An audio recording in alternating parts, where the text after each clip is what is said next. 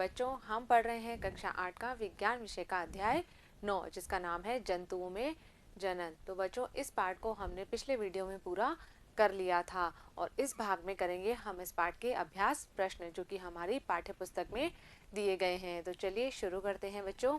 पहला प्रश्न है, सजीवों के लिए जनन क्यों महत्वपूर्ण है, समझाइए। तो बच्चों हमने पढ़ा था कि जनन क्या है, एक जैविक प्रक्रिया है और सभी जीव जो होते हैं अपनी जाति की निरंतरता को बनाए रखने के लिए जनन करते हैं। तो हम क्या लिखेंगे इसमें कि जनन एक जैविक प्रक्रिया है जो कि क्या है, जीवों द्वारा संतानोत्पत्ति के लिए की जाती है, यानी कि इसके द्वारा क्या होती है, नई संतति की उत्पत्ति होती है और सभी जीव जो होते हैं अपनी प्रजातियों की संख्या और निरंतरता बनाए रखने के लिए जनन करते हैं। तो इसलिए जनन की प्रक्रिया जो है सभी सजीवों के लिए आवश्यक होती है। नेक्स्ट क्वेश्चन लेते हैं। नेक्स्ट है, मनुष्य में निषेचन प्रक्रम को समझाइए। तो हमने पढ़ा था कि जब शुक्राणु जो होता है वो अंडाणु के संपर्क में आता है तो वो उसके साथ में संयोजन करता है। तो शुक्राणु और अंडाणु का यह संलयन क्या कहलाता है, यह कहलाता है निषेचन, जिसके फलस्वरूप युग्मनज का निर्माण होता है। तो हम क्या लिख सकते हैं इसमें कि शुक्राणु जब अंडाणु के संपर्क में आते हैं तो क्या करते हैं, एक शुक्राणु जो होता है अंडाणु के साथ में संलयित हो जाता है और शुक्राणु और अंडाणु का यह संलयन क्या कहलाता है, निषेचन कहलाता है और निषेचन के परिणाम स्वरूप युग्मनज का निर्माण होता है और ये युग्मनज जो होता है आगे जाकर भ्रूण में विकसित होता है। तो बच्चों ये हो गई निषेचन की प्रक्रिया, यानी कि निषेचन का प्रक्रम जो है उसको हम इस तरह लिख सकते हैं। आगे बढ़ते हैं, नेक्स्ट क्वेश्चन लेते हैं। नेक्स्ट है, सर्वोचित उत्तर चुनिए। तो बच्चों इसमें प्रश्न है, आंतरिक निषेचन होता है। तो हमने पढ़ा था कि जो आंतरिक निषेचन होता है वो मादा के शरीर के अंदर होता है, यानी कि जो निषेचन की प्रक्रिया है वो कहाँ पर होगी, मादा के शरीर के अंदर होगी। तो इसमें कौन सा उत्तर सही हो जाएगा, इसमें जो है पहला उत्तर सही हो जाएगा कि जो आंतरिक निषेचन है वो कहाँ होता है, मादा के शरीर में। नेक्स्ट क्वेश्चन देखते हैं। नेक्स्ट है, एक टैडपोल जिस प्रक्रम द्वारा वयस्क में विकसित होता है। तो हमने पढ़ा था बच्चों कि जब जो टैडपोल जो है वो विकसित होता है किसमें, वयस्क में, तो उसमें जो है बहुत सारे परिवर्तन होते हैं और ये जो परिवर्तन है वो क्या कहलाते हैं, ये कहलाते हैं कायांतरण। तो क्या उत्तर हो जाएगा इसका, उत्तर 2 जो है कायांतरण वो इसका सही उत्तर हो जाएगा, यानी कि उस टैडपोल के वयस्क में परिवर्तन होने के, वयस्क में परिवर्तित होने का जो प्रक्रम है वो क्या कहलाएगा, वो कहलाएगा कायांतरण। चलिए आगे बढ़ते हैं। नेक्स्ट क्वेश्चन है, एक युग्मनज में पाए जाने वाले केंद्रकों की संख्या होती है। हमें क्या बताने हैं, युग्मनज के अंदर केंद्रक की संख्या कितनी होगी। तो बच्चों हमने पढ़ा था कि जब ये अंडाणु जो है इस शुक्राणु के संपर्क में आएगा तो किसका निर्माण होगा, युग्मनज का निर्माण होगा और वो जो युग्मनज थी उसकी प्रारंभिक अवस्था में क्या थे, 2 केंद्रक उसमें दिखाई दिए थे, यानी कि कोशिका तो क्या थी इसमें, एक ही थी, लेकिन इसमें केंद्रक कितने थे, 2 केंद्रक थे। तो यहाँ पर हमारा उत्तर क्या हो जाएगा कि इसमें पाए जाने वाले केंद्रक की संख्या कितनी होगी, 2 होगी। आगे बढ़ते हैं नेक्स्ट क्वेश्चन की तरफ। नेक्स्ट है, निम्न कथन सत्य है अथवा असत्य संकेतित कीजिए। हमें जो है टी या एफ बताने हैं कि ये जो कथन सही है या गलत हैं। इसमें पहला है, अंड प्रजक जंतु विकसित शिशु को जन्म देते हैं। तो बच्चों हमें पता है कि जो अंड प्रजक जंतु होते हैं वो क्या करते हैं, शिशु को जन्म नहीं देते हैं बल्कि क्या करते हैं, वे अंडे देते हैं। तो यहाँ पर ये कथन क्या हो जाएगा, ये हमारा गलत हो जाएगा। तो यहाँ क्या आ जाएगा, एफ आ जाएगा। अगला है, प्रत्येक शुक्राणु एक एकल कोशिका है। तो बच्चों जब हमने शुक्राणु के बारे में पढ़ा था तो हमने समझा था कि जो शुक्राणु होता है वो एकल कोशिका होती है, यानी कि शुक्राणु के अंदर जो है कोशिका के सभी संगठक पाए जाते हैं। तो यहाँ पर ये जो कथन है ये बिल्कुल सही है। तो क्या हो जाएगा, इसका उत्तर टी हो जाएगा। अगला है, मेंढक में बाह्य निषेचन होता है। हमने पढ़ा था कि मेंढक में जब जनन की प्रक्रिया होती है तो नर और मादा मेंढक एक साथ पानी में आते हैं और मादा क्या करती है, अपने अंडे जो है वो पानी में देती है और नर जो है उसमें अपने शुक्राणु छोड़ देता है। तो ये जो निषेचन की प्रक्रिया होती है कहाँ होती है, जल में होती है। तो हम क्या कह सकते हैं कि मेंढक में जो है बाह्य निषेचन पाया जाता है। तो कथन क्या हो जाएगा, ये कथन सही हो जाएगा, टी आ जाएगा। अगला है, वह कोशिका जो मनुष्य में नए जीवन का प्रारंभ है युग्मक कहलाती है। तो बच्चों नए जीवन का प्रारंभ जो है मनुष्य में वो कौन सी कोशिका से होगा, वो होगा युग्मनज से, यानी कि जब क्या हुआ, शुक्राणु और अंडाणु का संलयन हो गया, इसी से क्या होगा, नए जीव का निर्माण होगा। तो हम ये कथन क्या है यहाँ पर गलत हो जाएगा, क्योंकि वो युग्मक नहीं होंगे, केवल जो शुक्राणु है या फिर हम केवल अंडाणु की बात करें तो ये जो अंडाणु है ये भी एक नई कोशिका, नए जीवन का प्रारंभ नहीं है। तो हम क्या कहेंगे कि यहाँ पर ये जो कथन है वो क्या हो जाएगा, फॉल्स हो जाएगा। क्या आ जाएगा यहाँ पर, एफ आ जाएगा।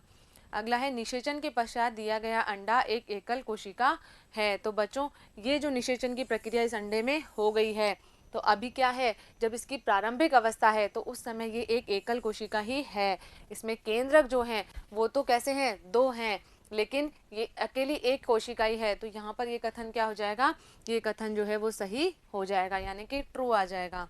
नेक्स्ट है अमीबा मुकुलन द्वारा जनन करता है। तो अमीबा कैसे जनन करता है बच्चों, हमने पढ़ा था कि जो हाइड्रा है उसमें मुकुलन के द्वारा जनन होता है, जबकि जो अमीबा है उसमें जनन की प्रक्रिया कौन सी होती है, द्विखंडन विधि। उसमें क्या होता है कि एक जो अमीबा होता है वो दो अमीबा में विभाजित हो जाता है। तो यहाँ पर ये कथन क्या हो जाएगा, गलत हो जाएगा, यानी कि यहाँ पर एफ आ जाएगा। आगे बढ़ते हैं बच्चों।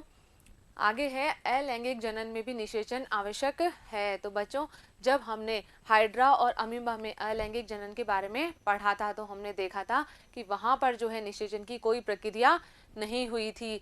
हाइड्रा में जो है मुकुलन के द्वारा जनन हुआ था, जबकि जो अमीबा है उसमें द्विखंडन विधि से जनन हुआ था। तो यहाँ पर ये कथन क्या हो जाएगा, ये गलत हो जाएगा, क्योंकि जो अलैंगिक जनन है उसमें निषेचन की प्रक्रिया आवश्यक नहीं है। नेक्स्ट है द्विखंडन अलैंगिक जनन की एक विधि है। तो अमीबा के अंदर जो है द्विखंडन विधि से जनन हुआ था, और ये जो जनन की विधि है ये कौन सी है, अलैंगिक जनन की विधि है। तो ये कथन कैसा है, ये सत्य कथन है, यानी कि क्या आ जाएगा यहाँ पर, ट्रू आ जाएगा। नेक्स्ट है निषेचन के परिणाम स्वरूप युग्मनज बनता है। तो हमने पढ़ा था कि जब निषेचन की प्रक्रिया संपन्न होती है तो उसके बाद में युग्मनज का निर्माण हो जाता है। तो यहाँ पर ये कथन भी कैसा है, ये भी सत्य कथन है। नेक्स्ट है भ्रूण एक एकल कोशिका का बना होता है। तो बच्चों हमने पढ़ा था कि जो युग्मनज होता है उसके अंदर लगातार विभाजन होते जाते हैं और उसमें कितनी बहुत सारी कोशिकाओं का निर्माण हो जाता है, और धीरे धीरे वो किस में बदल जाता है, वो भ्रूण में बदल जाता है। तो जो भ्रूण होगा उसके अंदर जो है बहुत सारी कोशिकाएं होती है, यानी कि केवल एक एकल कोशिका उसमें नहीं होती है। तो ये कथन कैसा हो जाएगा, ये कथन यहाँ पर गलत हो जाएगा।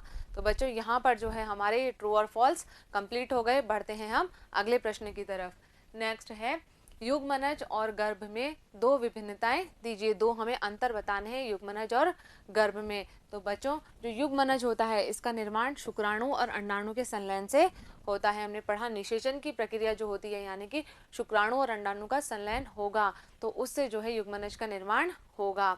इसमें आगे क्या होता है कि युग्मनज जो होता है वो विकसित होकर भ्रूण का निर्माण करता है। धीरे धीरे युग्मनज में जो है लगातार विभाजन होते रहते हैं और जो है आगे जाकर वो भ्रूण में विकसित हो जाता है। जबकि गर्भ क्या होता है कि गर्भ जो है वो भ्रूण की वह अवस्था है जिसमें सभी शारीरिक भागों की पहचान हो सकती है। हमने पढ़ा था कि जैसे जैसे भ्रूण का विकास होता है तो उसमें सभी शारीरिक अंग जो हैं जैसे कि आँख, नाक और हाथ पैर ये सब जो होते हैं हमें दिखाई देने लगते हैं। तो वह अवस्था जिसमें सभी शारीरिक भाग जो हैं हमें अच्छे से दिखाई देते हैं, सभी की पहचान हो सकती है, वह क्या कहलाती है, वह अवस्था जो है गर्भ कहलाती है। और जब गर्भ जो है पूरी तरह से विकसित हो जाता है तो क्या होता है, नवजात शिशु का जन्म होता है। तो ये क्या हो गए, ये हो गए युग्मनज और गर्भ में अंतर। चलिए अगला प्रश्न देखते हैं। नेक्स्ट क्वेश्चन है हमारा अलैंगिक जनन की परिभाषा लिखिए।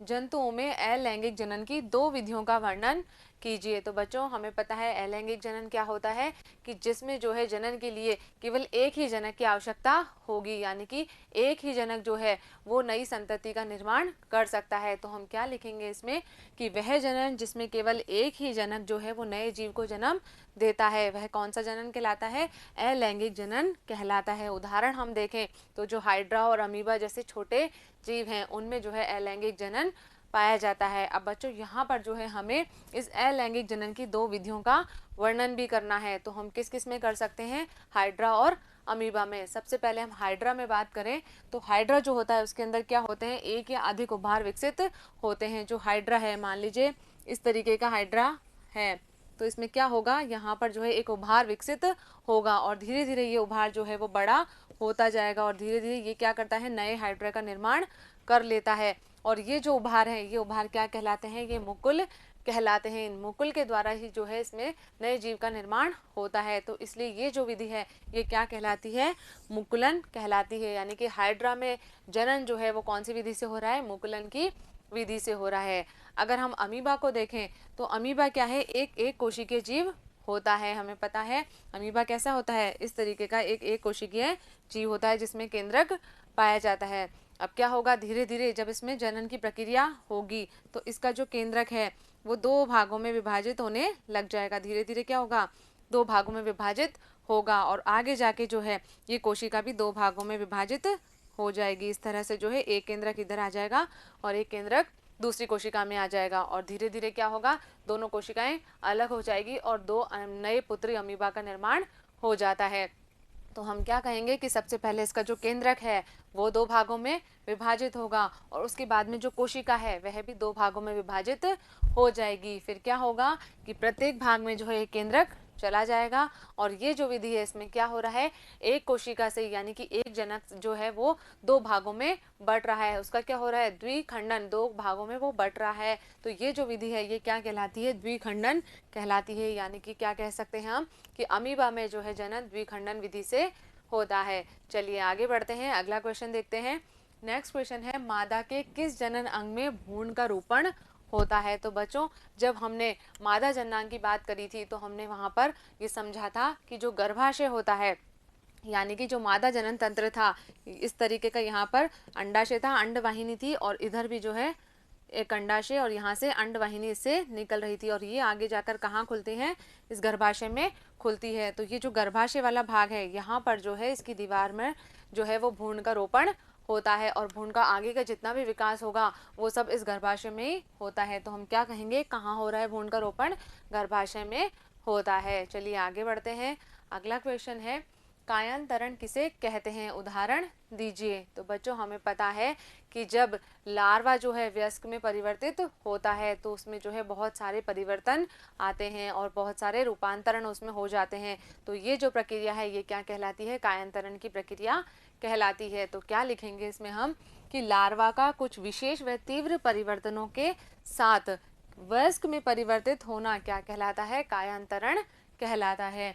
उदाहरण के लिए हम देखें जैसे कि रेंगने वाले कैटरपिलर, अगर हम मान लीजिए रेशम के कीट की बात कर रहे हैं या तितली की बात कर रहे हैं तो तितली में क्या होगा, पहले जो है रेंगने वाले कैटरपिलर का निर्माण, लार्वा का निर्माण होता है और धीरे धीरे वो उड़ने वाली तितली में परिवर्तित हो जाता है। तो ये क्या हो रहा है इसमें कि इसके जो शारीरिक संरचना में भी अंतर आ रहा है, दिखने में भी क्या हो रहा है, कैटरपिलर जो है वो तितली से अलग दिखाई देता है। तो इसमें क्या हो रहे हैं, तीव्र परिवर्तन हो जाते हैं और जो कैटरपिलर है वो उड़ने वाली तितली में परिवर्तित हो जाता है। तो ये परिवर्तन क्या कहलाता है, ये कहलाता है कायांतरण।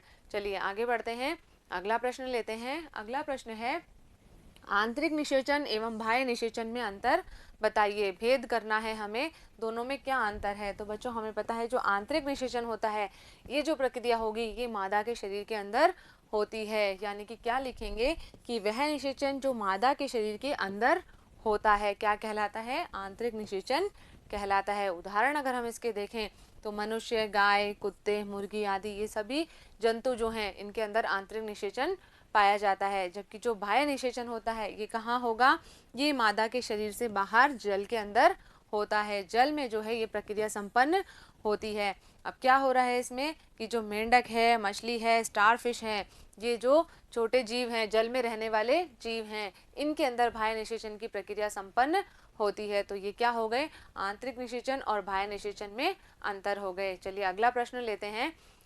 नेक्स्ट क्वेश्चन है, नीचे दिए गए संकेतों की सहायता से क्रॉस शब्द पहेली को पूरा कीजिए। हमें यहाँ पर जो है एक शब्द पहेली दी गई है और यहाँ पर हमें कुछ संकेत दिए गए हैं, इनकी सहायता से हमें इस वर्ग पहेली को पूरा करना है। तो सबसे पहले हम भरेंगे बाएं से दाईं ओर। पहला है यहाँ पर, यहाँ अंडाणु उत्पादित होते हैं। तो बच्चों हमें पता है अंडाणु का उत्पादन कहाँ होता है, अंडाशय में होता है। तो यहाँ पर क्या आ जाएगा, अंडाशय। दूसरे नंबर पर है, वृषण में उत्पादित होते हैं। तो हमें पता है वृषण में क्या उत्पादित होते हैं, वृषण में जो है शुक्राणु का निर्माण होता है। तो यहाँ पर क्या आ जाएगा, शुक्राणु, शुक तो लिखा हुआ है, यहाँ क्या आ जाएगा, शुक्राणु। तो ये जो है कॉलम हमारा पूरा हो जाएगा। नेक्स्ट है हाइड्रा का अलैंगिक जनन है। तो बच्चों हाइड्रा का जो अलैंगिक जनन की विधि है वो क्या होती है, मुकुलन। तो क्या आ जाएगा यहाँ पर, मुकुलन।